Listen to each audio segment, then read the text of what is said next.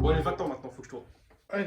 Messieurs, dames, bien le bonsoir, j'espère que vous allez bien. Bienvenue dans cette nouvelle vidéo. On continue dans les vidéos un peu hors série que je vous avais déjà fait, c'était il y a 2 mois, putain. Une vidéo sur 4 comics que vous adorez, mais pas moi. Et aujourd'hui, on va continuer dans ces vidéos où on discute tranquillement. Et aujourd'hui, mec, on va partir dans mon esprit malade, dans mes fantasmes de lecture. Calme-toi tout de suite. Parce qu'en fait, je vous remets dans le contexte. Faut savoir que, à peu près toute ma vie, je regarde une série qui s'appelle Supernatural, qui est ma série préféré all-time de tout l'univers, plus ou moins. Et l'autre jour, en regardant, je sais pas, j'ai une pensée qui m'a traversé, et je me suis dit, mais à quel point ce serait cool d'avoir des comics sur cette série. Putain, ce serait trop cool, quoi. Et je partais sur des délires de, oh, avec tel dessinateur, avec tel scénariste, on partirait sur telle base pour l'histoire, ce serait vraiment cool. Et je me suis dit, mais je suis trop con, faut que j'en fasse une vidéo. Donc la vidéo est là. Aujourd'hui, on va discuter de 5 licences que j'aimerais voir être adaptées en comics, et putain, je suis parti loin. Je vous préviens tout de suite, cette vidéo va être évidemment full spoiler. Donc en description, vous trouverez des timecodes avec les différentes licences que je vais aborder. Il y aura 2 séries, 2 films et un jeu vidéo. Évidemment, si vous voulez pas vous faire spoil, passez les timecodes ou revenez plus tard sur cette vidéo quand vous aurez regardé le truc en question, parce que ce serait con. Mais on va pas juste parler de « Oh, j'aimerais bien voir telle série, point. Allez, on passe à autre chose. » Non. Vous me connaissez à force. Je vais aller un petit peu plus profondément dans les choses, parce que en plus de donner des axes de scénario, c'est-à-dire j'aimerais bien voir telle histoire, parce que dans la série on voit ça, ou dans le film on voit ça, du coup dans le comic ça rendrait super bien. Non. On va aussi se donner budget illimité, en se disant, ok, sur cette série-là, j'aimerais voir tel scénariste, tel dessinateur. Si ce genre de vidéo vous plaît, n'hésitez pas à me le dire en commentaire, et vous à me dire si vous avez des licences comme ça que vous aimeriez voir en comics, et avec quel dessinateur et quel scénariste. Et si vous êtes abonné, on peut y aller. Débutons avec la série dont je vous ai parlé en introduction, Supernatural. Supernatural est une série de la CW diffusée pour la première fois aux États-Unis le 4 décembre 2006 et qui durera 15 saisons, bordel! Dans celle-ci, on suit les aventures de Sam et Dean Winchester, 2 frères qui parcourent les routes des États-Unis afin de tuer les divers monstres que nous connaissons tous. Ce sont des chasseurs. Sam et Dean sont devenus des chasseurs à cause de leur père, John Winchester, interprété par le grand, magnifique et génial Jeffrey Dean Morgan. En fait, j'aurais 2 grandes idées pour 2 grosses séries. On nous décrit la période où John devient chasseur seulement via les années d'enfance de Sam et Dean, qui tout d'abord furent coincés dans des motels en attendant qu'il les terminé, et quand plus tard Dean ira avec son père. Donc en fait, je me dis qu'une série sur l'apprentissage de la chasse par John, donc en fait qui conditionne tout l'héritage de Supernatural par la suite, ouais, ça pourrait être stylé. Ou en fait, à l'image d'un Batman année 1, on verrait dans un monde un peu triste et polar que, eh ben, la chasse, même si c'est dépeint assez facilement dans la série, ça s'apprend pas du jour au lendemain, c'est une vie violente, c'est une vie compliquée, et que t'as des ratés. Et j'ai envie de dire, soyons fous, parce que grâce à la dernière saison de Supernatural, on sait qu'il existe un multivers. On sait même pas le nombre de terres, mais il existe des terres différentes avec des histoires alternatives. Donc pourquoi pas imaginer une série dans un monde alternatif où Henry aurait réussi à revenir dans le passé, parce qu'il y a eu l'épisode où il a voyagé dans le temps, il aurait réussi à revenir à son époque et aurait élevé John dans les Hommes de Lettres. Pour la série Supernatural, le scénario va demander de l'action, mais en même temps un certain travail sentimental et psychologique. C'est pour ça que je vais mettre Jeff Lemire sur la série. Jeff Lemire, on va en parler la semaine prochaine dans la vidéo lecture. Jeff Lemire, je suis vachement sceptique par rapport à Sweet Tooth. J'en ai entendu que du bien et j'ai pas que du bien à redire. Voilà. Mais en même temps, on parle du mec qui a écrit Gideon Falls, qui est une série. Et je veux dire, le côté thriller, polar horrifique, slash sentimental, ça pourrait le faire. Côté dessin, j'ai du budget, donc je le mets sur Supernatural. C'est pour ça que j'ai choisi de mettre le boss ultime, Olivier Coipel. C'est pas à 100% parce que c'est ma série préférée, donc je mets le meilleur dessus. C'est aussi parce que je pense que l'univers graphique qu'il nous proposerait serait vraiment raccord avec ce qu'il faudrait qu'on voit. Ok, on va enchaîner avec la deuxième série, Lost.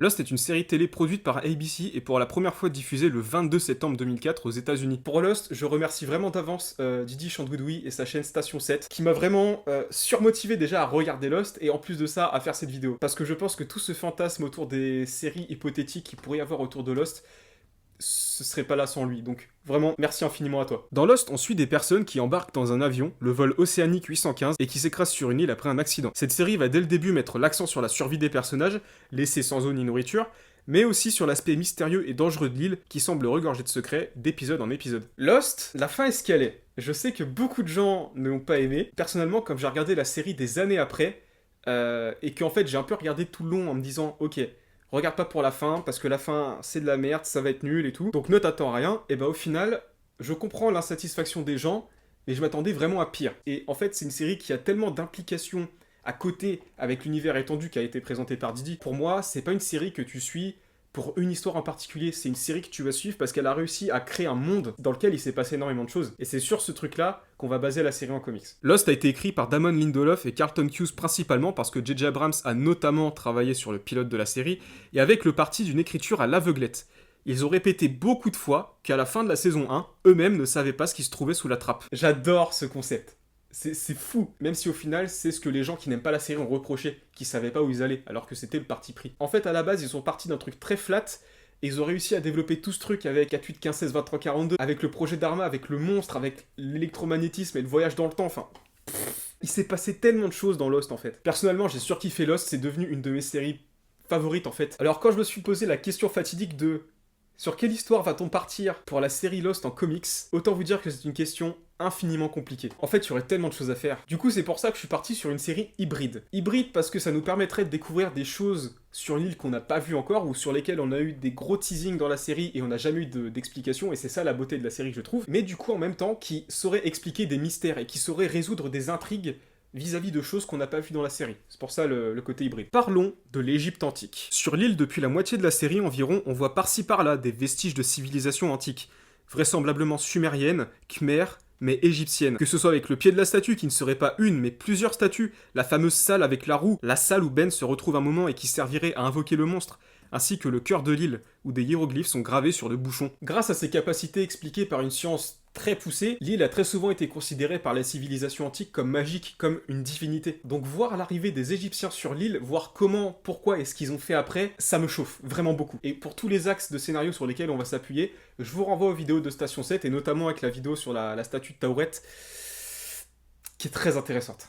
Qui est très intéressante. Alors je vous préviens, pour Lost, je suis parti un peu loin, donc essayez de me suivre. Et en plus, j'ai essayé de m'axer sur des éléments historiques de l'Égypte antique pour essayer d'expliquer des trucs. Donc voilà, vous êtes prévenus, c'est un peu what the fuck. Au niveau du scénario, je vois bien un messager visiter le pharaon Toutankhamon pour l'informer de l'existence de l'île. Donc voilà, ils ont découvert l'île, ils en savent pas plus. Donc pour l'informer de l'existence de l'île et des miracles que l'île produit, parce que quand t'es sur l'île, tu n'as plus de maladie. Et faut savoir que, historiquement, on a beaucoup de traces et de trucs qui ont été retrouvés vis-à-vis de Toutankhamon qui prouveraient que il n'a jamais eu de descendance, parce qu'il y a eu de la consanguinité, parce que dans son tombeau, on a retrouvé 2 fœtus, donc qui sont vraisemblablement ses enfants à naître. En rapport à cela, on va introduire le fait que sa femme n'arrive pas à avoir d'enfants, et donc celui-ci déciderait de se rendre sur l'île avec sa femme pour qu'éventuellement elle puisse bénéficier des bien-être de l'île.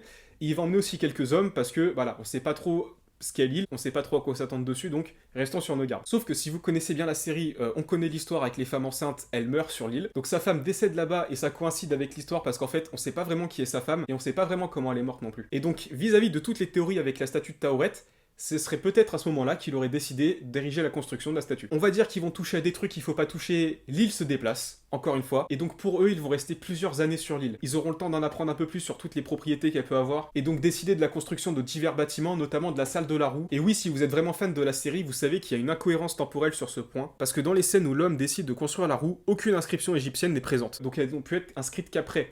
Sauf que la roue a été construite pendant l'Empire romain, qui se situe après toute la période égyptienne. Et donc on pourrait justifier ça par le fait qu'après la construction de la roue, voilà, l'île s'est déplacée plusieurs fois et que les changements temporels ont fait que la construction aurait pu se faire après, même si techniquement c'est l'inverse. Après ces quelques années sur l'île, rappelez-vous que la salle de la roue existe déjà, donc l'île a pu se redéplacer plusieurs fois, et mettons que, voilà, dans un ultime désespoir, ils aient tourné la roue pour essayer de revenir à leur époque, et bah ils soient revenus quelques jours après leur départ. Donc pour eux, ils sont restés des années sur l'île, mais pour le reste de la population égyptienne, ils sont partis que quelques jours, parce que Toutankhamon, il est mort en Égypte. Et aussi, il faut savoir que la mort de Toutankhamon, et surtout son tombeau, regorge de mystère, parce que vous avez peut-être entendu parler de la malédiction de Toutankhamon, parce qu'à l'époque où les explorateurs ont découvert son tombeau, tous les gens qui étaient là pour l'ouvrir sont morts. La science nous a dit que c'était des champignons qui s'étaient développés, ce qui est très probable, mais est-ce que ce serait pas plus beau de se dire que l'île n'en avait pas fini avec lui, et qu'il aurait tout fait pour ne pas y retourner, et que c'est ce qui l'aurait tué. Là les mecs, au niveau du scénario, il faut du gros, il faut du très lourd. Alors déjà, je peux pas imaginer un scénario Lost sans mettre Damon Lindelof et Carlton Cuse en co-scénariste. Voilà, je peux pas imaginer ce bébé-là vivre sans au moins un des deux. Donc on va mettre les deux, parce qu'on a budget illimité. Et en termes de scénariste principal, il faut un gros bonnet de l'indé, et qui a de l'expérience sur un peu tout. C'est pour ça que j'ai pris Scott Snyder. Pour moi, il fait beaucoup de débats quand il est chez les Big Two, quand il est chez DC et Marvel, c'est pas le mieux de Scott Snyder, notamment tous ses duos avec Greg Capullo. C'est bien, mais il manque d'un truc tout le temps. Par contre, sur l'indé, je trouve qu'il nous régale. Au niveau des dessins, je pense pas qu'on ait besoin d'un style extrêmement particulier à la Andrea Sorrentino, par exemple. Je pense qu'il nous faut un style très concret, un peu limite pour écrire un comics d'aventure. C'est pour ça que j'ai dessiné, alors c'est un nom que vous allez peut-être pas connaître, et j'ai décidé de mettre Michael Santamaria, qui a dessiné plein de trucs, il a notamment dessiné Vengeance of Vampirella, moi je le connais surtout pour ça, qui a un style assez net, qui peut vachement coller avec l'histoire de Scott Snyder et des co-scénaristes. Oh putain, ça fait du bien d'en parler de Lost. Oh là là. Voilà pour les 2 séries, dites-moi ce que vous en pensez en commentaire et donnez-moi vos suggestions. Maintenant on va passer à 2 films. 2 films totalement opposés qui n'ont rien à voir mais qui pourraient donner des trucs sacrément cool. Par contre je vous préviens, on va carrément changer de ton. Faut savoir que j'adore les films de Simon Pegg et de Nick Frost. Donc Hot Fuzz, Le Dernier Pub avant la fin du monde, Paul, mais surtout Shaun of the Dead. Shaun of the Dead est un film de 2004 racontant comment Shaun et son pote Ed, accompagnés de leur groupe d'amis, vont survivre à une apocalypse zombie. Bon, j'adore ce film, mais je vais pas vous cacher que j'ai aussi été motivé pour le prendre parce qu'au final, quand il réfléchit bien, et y a pas tant de comics de zombies que ça. Bon, tu penses forcément à Walking Dead, mais après ça, y a Rags, sorti en VF récemment, mais sinon, par rapport à ce que je veux faire avec le comics, et vu la fin du film, on va pas pouvoir partir de la fin, donc on pourra pas faire une suite, donc il va falloir qu'on reboot l'univers, on va repartir de la base, on va repartir avec donc, Shaun et Ed, parce que c'est ce qui est le plus drôle, mais avec un postulat différent, parce que si c'est juste le film en comics, ça n'a pas trop d'intérêt. J'ai réfléchi longtemps à un concept un peu drôle pour donner de l'intérêt et du sens à la série, et pour qu'on se fende la poire, quand même, parce que c'est le plus important. Pourquoi pas partir du concept suivant? On a Shaun et Ed qui, comme au début du film, voilà, ils vivent ensemble dans leur appart, et boum, apocalypse zombie. Mais et si, en gardant le concept toujours qu'ils sont un peu débiles et qu'ils comprennent rien à ce qui se passe, on faisait intervenir le concept de chance dans le comics, à outrance, genre constamment. Je vous rappelle que ce sont des triples buses. Même dans le film, ils peuvent pas survivre sans qu'à chaque fois il se passe un truc anormal qui font que ça les sauve. Et donc pourquoi pas utiliser ça quasiment tout le temps, à les foutre dans des situations où ils sont dans la merde, sauf que un truc va se passer un milliquart de seconde avant, et ça va les sauver. Ils sont encerclés devant le Winchester et n'ont aucune chance d'échapper aux 300 zombies qui les entourent. C'est pas grave, parce qu'un zombie va heurter une voiture à côté et ça va déclencher l'autoradio ultra fort. Ils ont plus de balles dans leur fusil, c'est pas grave,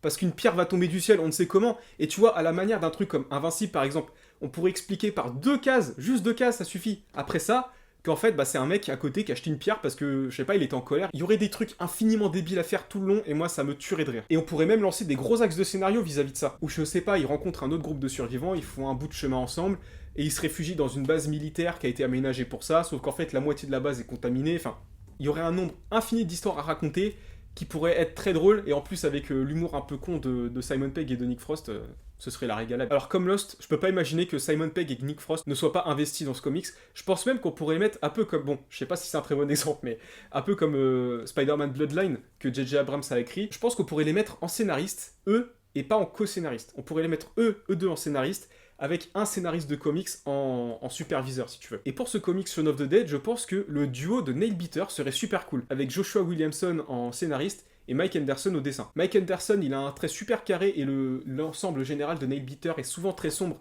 mais aussi très coloré. Et Joshua Williamson, pour les axes de scénario qu'il a su développer dans Nailbiter, je pense que c'est plutôt un bon choix. Ok, deuxième film, et là on va être à l'opposé total de Shaun of the Dead, parce que j'adorerais voir des comics sur la licence American Nightmare.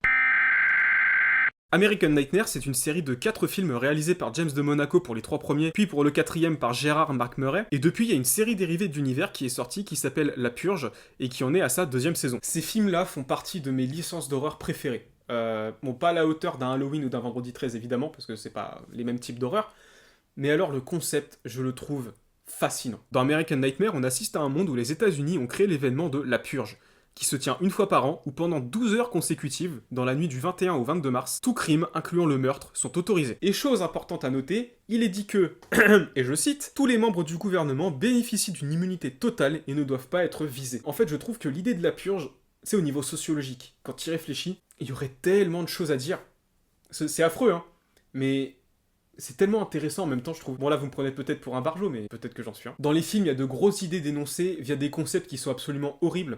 Par exemple, des gens qui vendent leur assassinat à des riches pour donner l'argent à leur famille, pour payer les factures ou les frais médicaux. Et on voit même parfois des concepts un petit peu plus introspectifs, où des gens vont utiliser cette nuit pour régler des problèmes qu'ils ont, et on voit tout leur cheminement psychologique et leur conflit interne. Un comic sur la purge, ça pourrait être incroyable. Et en fait, j'ai 2 idées pour ces séries-là. Une plutôt classique, on va dire, où on voit une purge classique. On va voir par exemple, je sais pas, une famille qui essaye de survivre, ou plutôt pour partir sur un concept inédit qui pourrait être vachement intéressant et qui rejoindrait un peu le super-héros, enfin un peu plus l'anti-héros, un mec qui sort la nuit et qui va aller défendre toute la nuit les gens qui se font pourchasser par les purgeurs. J'avoue que cette idée-là, elle m'est venue au dernier moment et je la trouve super intéressante. Et tu sais quoi, pour la 2e série, je pourrais même imaginer la conclusion de l'univers, la fin de la purge, la dernière purge de l'histoire. Ou par exemple, à la suite d'un événement comme Black Lives Matter, les gens, tout le monde en a ras le cul, Et même s'il y a une interdiction de s'en prendre aux politiques, ça les arrange bien, et bah toute la population va se disperser à la Maison Blanche, au Congrès, pour liquider tous les gens qui ont un lien de près ou de loin avec la purge et avec la politique en cours. Et en fait, tu pourrais donner à la purge tellement une autre dimension, ça pourrait être super. Là, pour l'équipe créative, je pense que c'est ma préférée. Pour de vrai. Le scénariste, je peux pas imaginer quelqu'un d'autre que Garth Ennis. Il nous a prouvé qu'il peut faire des trucs très stylés comme très dérangés, parce que c'est notamment le scénariste de Crost que vous pouvez trouver chez iComics. Crost qui est aussi brillant que c'est dérangé. Et au niveau du dessinateur, je suis allé chercher un peu loin, mais un mec qui a un style qui me plaît vraiment beaucoup, qui s'appelle Gio Villanova, qui a notamment dessiné Punisher's Legacy. Il a aussi fait des comics de Twilight Zone, je crois. Il a un trait vachement intéressant, je pense que dans des pages très dark, vraiment violentes et un peu abstraites, ça collerait parfaitement. Voilà pour les deux films. Maintenant, on va passer à la dernière licence, un jeu vidéo. Un jeu vidéo qui m'est très cher et une licence que j'ai saignée, Red Dead Redemption. Red Dead, je pense que j'ai pas besoin de vous le présenter, c'est une série de jeux développée par Rockstar qui se passe dans le Far West. Et en fait, on est dans une période qui est décrite comme la fin de l'Ouest américain. C'est assez évoqué dans le 2 et particulièrement développé dans le premier, c'est qu'en fait, on assiste à l'organisation des États-Unis qui veut devenir une société et qui refuse maintenant de laisser, errer comme ça, des hors-la-loi. Dans le premier jeu, on va suivre John Marston, ancien hors-la-loi, qui décide de vivre une vie rangée dans son ranch avec sa femme et son fils. Sauf que son passé ne va pas l'oublier et un agent du FBI ne va pas le laisser tranquille, va jusqu'à enfermer sa famille, et sa seule chance de les récupérer, c'est pour lui de tuer les anciens membres de sa bande. Dans le deuxième jeu, on va être centré sur Arthur Morgan, mais on va surtout suivre l'histoire de sa bande, qui va commencer à être la cible de la Pinkerton, car comme on vient de le dire, le temps passe et l'Amérique sent le besoin de se construire en tant que société. En fait, j'ai choisi Red Dead parce que c'est très stylé comme licence, et en plus de ça, c'est aussi un prétexte pour faire du comics de cowboy, du comics de western. Parce que c'est un constat très étrange que je me suis fait, et je pense que vous pourrez être d'accord, c'est que c'est l'industrie franco-belge qui fait les meilleurs BD de Far West. Perso, j'ai envie de voir du pur western à base de saloon et de feu de camp, donc on va revenir dans le temps et on va se replacer plusieurs décennies avant les jeux Red Dead, en abandonnant cette idée d'une Amérique qui veut se construire. Voilà, nous, c'est la jungle. Je pense que partir des origines de John Marston, ce serait un bon point de départ. Sur ses origines, on en sait un peu, mais pas trop non plus. On sait qu'il a été élevé par un père émigré écossais alcoolique qui est mort quand il avait 8 ans, je crois, et qu'il a rejoint la bande de Dutch et de Arthur quand il en avait 12. Donc on pourrait déjà commencer à développer la relation entre Arthur et John, qui, comme c'est décrit dans le jeu, développe une dualité parce qu'ils cherchent à savoir qui est le préféré de Dutch, qui est leur aîné, qui est un peu leur mentor. En fait, c'est une série sur l'apprentissage de la vie, mais à la dure. Et puis niveau scénario, il y a une infinité de possibilités. Tu peux partir sur ils vivent, mais en même temps, il faut qu'ils gagnent de l'argent, donc ils braquent des banques, ils font du business, on pourrait imaginer plein de trucs. Et tu vois, pour cette série, au niveau d'équipe créative, je pense que ce qui est le plus important, c'est un truc qui m'a sauté aux yeux en lisant Ramirez, c'est les couleurs. Ambiance Texas, dans le désert, il faut de la belle couleur. C'est pour ça qu'au dessin, j'ai mis le duo de Undiscovered Country dessus, donc Giuseppe Camuncoli au dessin et Matt Wilson aux couleurs, parce que je trouve que c'est un comics vraiment très beau. C'est des couleurs très flashy, c'est très néon. T'as une ambiance très chaleureuse quand tu le lis, ça collerait parfaitement. Au niveau du scénario, je m'y suis tâté pendant longtemps parce que t'as une énorme palette possible. Donc j'ai pris un chouchou de ces derniers temps, j'ai mis Ramvé dessus, voilà.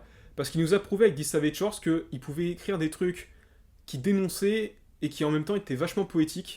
Et c'est typiquement le genre de trait qu'on pourrait donner à cette série-là. Mec, ça fait tellement du bien de sortir toutes ces idées de la tête. Oh là là. J'espère que ces petits fantasmes et cette spéculation vous aura plu. N'hésitez pas vous à me dire en commentaire si vous avez ce genre de fantasmes sur des séries, des films, même d'autres médias, on sait pas. Il y a même eu des adaptations de bandes de rock, genre je pense à Kiss par exemple, en comics. Donc à ce compte-là, le monde nous appartient. Évidemment, je me suis limité à 5, mais je pourrais en mettre tellement plus.